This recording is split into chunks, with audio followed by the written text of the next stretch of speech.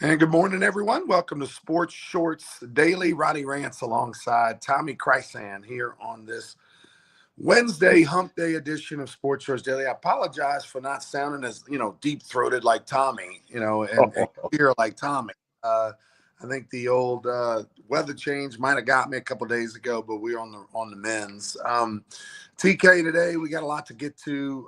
NFL football, this is the week where a lot of changes are made with coaches. There's 6 job openings as we speak. A number of general manager jobs opening. Mickey Loomis has not been let go. Obviously, Darren Rizzi's not going to be back. But of the 6 jobs out there, so looking at the list, Tommy, the 6 NFL jobs that are out there right now, besides the Saints, Jets, Bears, Raiders, Jaguars, Patriots. We all know that the New Orleans Saints job is the worst of them all because of the situation that the team is in, salary cap wise. They are $60 million over budget, over the nearest team. I mean, they're just in an absolute dark hole. So, if you're a new coach, you're not coming in here making any changes. You're cutting, whacking, and you're going to take it on the chin next year for sure. But of the other jobs, I guess the other 5, which one do you think is probably the best situation to be in? If you're, Jets, Bears, Raiders, Jags, Patriots. It might be the Jaguars. I mean, they were decent a couple years ago. You got a young quarterback with a lot of upside.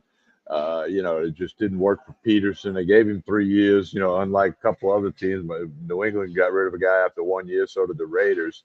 I don't know. It might be Jaguars. If you think Caleb Williams is a quarterback, then the Bears might be a good opportunity. But I don't think he's an NFL regular starting guy that's going to take you to the playoffs. So we'll see on that. But there's a reason these guys got fired because things weren't going good. Okay, a variety of reasons. The Saints lead the list with 60+ million in cap issues, and then there's just lots of stuff flying around that Saints job. And do players want to play in New Orleans? And somebody's going to take the job. There's only 32 head coaching jobs, so they're going to get a coach. It's just a matter of who. And by the way, Rizzi, it's been said, will interview for the Saints job. He's also been asked permission. The Jets asked permission from the Saints if he could interview for their job. So, but Rex Ryan, he came out, said he's the best qualified guy for the Jets job. He was a former Jets coach. He said, I'm the guy. There'll be no more country club atmosphere. I mean, he's playing that hard card trying to get back into the Jets program. He had some success when he was there. Got him in a conference championship game a couple times. So we'll just have to wait and see if they go in the recycle bin for Rex Ryan. And then, the other recycled names are flying around from Pete Carroll to, these guys that have been around. Are they going to coach again? Will they coach again? We'll just have to wait and see. There's talk that the Raiders job's pretty attractive because you got Brady as an owner. He doesn't like to lose. It's a destination. Teams travel well when their team plays in Vegas because they want to, do the Vegas thing and the NFL game. So we'll just have to see like the famous Ronnie statement, let it all play out. Caleb Williams, it's interesting because I think as a head coach, a guy who's looking at that Bears job, clearly you're going to be strapped with Caleb Williams for a couple of years. At minimum, you're going to have him as your starting quarterback for the next 2 years, whether you like it or not. The question is, do you like it? Do you think that he, has it? Because, clearly going into year 2, he should be a lot better. It's just that rookie year.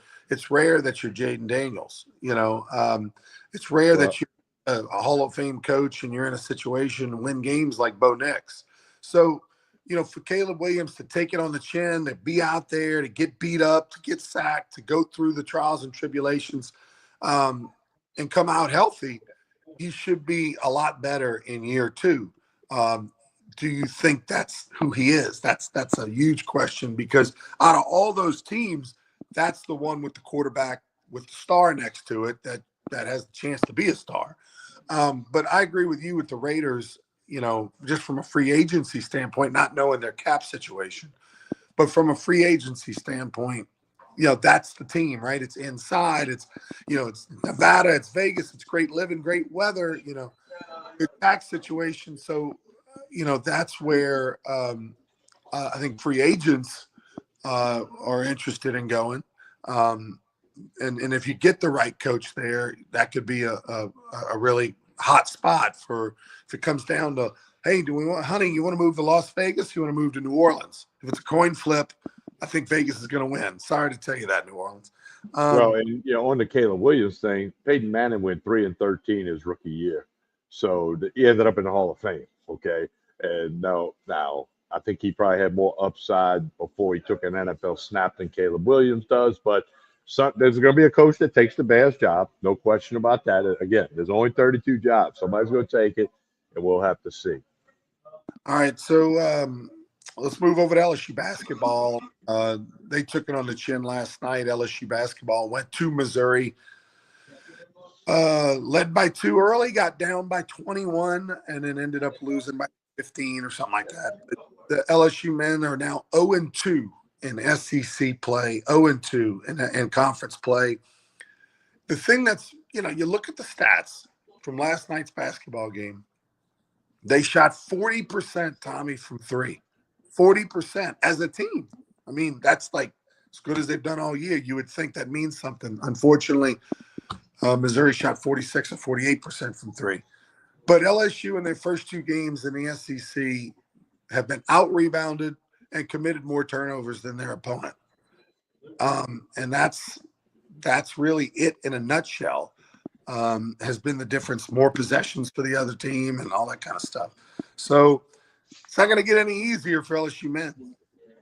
No, it's not. And, you made the point the other day. SEC basketball today is the best conference in America basketball-wise. We're used to saying that in football and baseball, but they're the best conference in basketball by far. And LSU's got to go to Oxford to play Ole Miss Saturday. Ole Miss has got a very good, solid team, and Ole Miss is going to be a favorite in that game. We don't have a line yet. So LSU basketball, I mean, they had a few signs in the non-conference schedule that they might be good, had a couple of decent wins, but man, it may get tough here in a very solid top to bottom SEC men's basketball conference.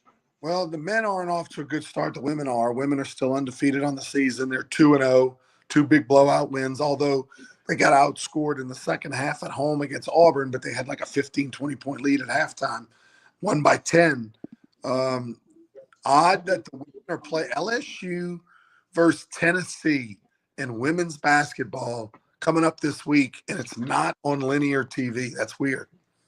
It's kind of weird because Tennessee's ranked 15th, 16th, LSU's number 2 and undefeated, the whole Kim Mulkey story, etc. And, Tennessee's women's basketball got huge tradition, and we all know that story. But, it's odd that it would be streaming only, but the Tiger faithful will find a way to get it. And it's a 5:30 tip, a little bit of a different time, but we'll see if they can keep that bagel in the loss column for Kim Mulkey's Tigers. 5:30. When do they play? Tomorrow night. Tomorrow night, 5:30 on ESPN Plus. Yeah, but and obviously ESPN's going to have the game between Notre Dame and Penn State, and they're doing other multicasts of it. So all their platforms. I'm just Zion Williamson returned. He's alive. Zion came back to the Pelicans last night. Didn't make a difference. The Pelicans lost at home to the Timberwolves, and they lose at home, and they didn't cover, even though it was close. They made it interesting. Zion had 27? 22, 6 rebounds. He had a breakaway dunk when he did a half a helicopter and a twist and a turn. It was a highlight reel dunk, but I saw that on social media somewhere. But they still lost. They're now 7-30. They're favored tonight against Portland. Portland must be really bad. I couldn't tell you anything about the Portland team other than that they're underdogs in New Orleans tonight. Yesterday, that's good. Hey, listen, here's the deal. Pelicans are not going to obviously turn it around and win 10 in a row or anything like that. But at least with Zion in the lineup, he makes it more interesting. If you've already got season tickets, you go to games, go make it more fun. But how about this? I couldn't believe this. CJ McCollum, 2 games ago, scores 50 points against the Wizards. It ends their 10-11 game losing streak. Cost me a couple bucks. I went the other way on the line. Last night, 5 points. 5 points, CJ McCollum on 114 shooting, Tommy. I mean, a player, you want to know what's wrong with the Pelicans? He gets gives you 22 points in like 26, 27 minutes. Juice in the building. Everybody else is doing their job. CJ McCollum, 5 points. That's why you lost right there. Absolutely. I mean, you would think, everybody has a bad day. I get it. Okay. In the world, in sports and business, everybody has a bad day. But an NBA player known for scoring to go 1 for 14, that's one of them you just scratch your head. 1 for 14, 2 games removed from scoring 50. Like, I mean, you talk about just one extreme. I mean, inconsistency just sums up the problem with this team. That's the summary of the whole team through 37 games. Inconsistency and stats that we can if we were box score gurus, we could probably find a couple of more stat lines similar to that, which would explain 7 and 30. Major League Baseball free agency. There are 2 big names left looking for homes, including the former Tiger. Alex Bregman yet to sign, free agent. There's lots of talks. There were talks with Boston. There were talks with Detroit, where his former manager A.J. Hinch is. Toronto is even in the mix, but Toronto talks to everybody but doesn't really sign anybody.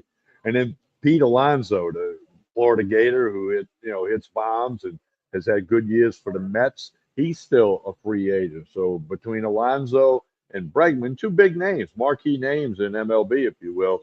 Neither one have signed yet. We're still, we're still 30 days or so away from pitchers and catchers reporting. So there's no big hurry. And both of those guys may not even start to sign until after spring training starts. That's typical of guys of that category, that they may not even sign. They don't have to be there the first day of spring training. And as we know nowadays, these guys stay in shape year round, basically. So it's not the old-fashioned spring training where you had to go get your timing down. Alonso and Bregman's time is down today. TK, I don't know if you're a Houston Astro fan. I don't know if you're supposed to have some hope that he gives you a hometown discount and stays. I don't know what that means, but I am surprised he has not landed somewhere at the moment, being that he's one of the best free agents on the market. Speaking of LSU baseball, press conference yesterday. Yeah, Jay Johnson met with the media and went over, the roster and the team, and not all positions are decided yet. He said that. But, Ronnie, there's only 12 guys going to wear a uniform that wore one last year. So for those of you heading out to the box on February 14th, have a roster handy in the phone, because you're going to need it. You're going to need to know who's who. Only 2 pitchers who threw significant innings are going to be among the 14 pitchers on the staff. So it's going to be a different team, top to bottom. There's a lot of preseason accolades. They're number 2 in the perfect game preseason poll, the recruiting class, the portal class. Everything's ranked really high on paper. But Jay Johnson said it yesterday. He said, we put a roster together so we can go to Omaha and win a championship. He's not putting a roster together to try to win 40 games or make the playoffs. He's putting a roster together in his mind to win another national championship in his tenure at LSU. So while I'm certain there's a lot of really good baseball players there, probably be a growing pain or two as the schedule goes through, especially once you get into conference play, because all these guys that didn't wear an LSU uniform last year, except the guy from Auburn, Cranfield or whatever, they didn't play in the SEC before. We know there's some tough stadiums and ballparks to play in the SEC. So I'm sure LSU's going to be very, very, very good. It's just going to be a matter of how good, and I think they're in good hands, though, with Jay Johnson. TK, tell us about Ronnie. Well, today you got a lunch special every Wednesday, $6.99 for burger and fries. You can dine in, or you can get it to go. Get a bunch of them to go. Bring it back to the office. Crawfish season coming soon. All this cold weather slowing that up just a tad, but Tremonti's is on Jefferson Highway in Baton Rouge. You need to stop by. If you haven't been in here, you got people walking around right now buying wine, buying meat and seafood. They got lots of things in here. Tremonti's Meat and Seafood, Jefferson Highway in Baton Rouge. Be sure to stop by soon. Special thanks to LeBear's Casino for being our presenting sponsor. We'll see you on Friday, everybody. Until then, have a good one.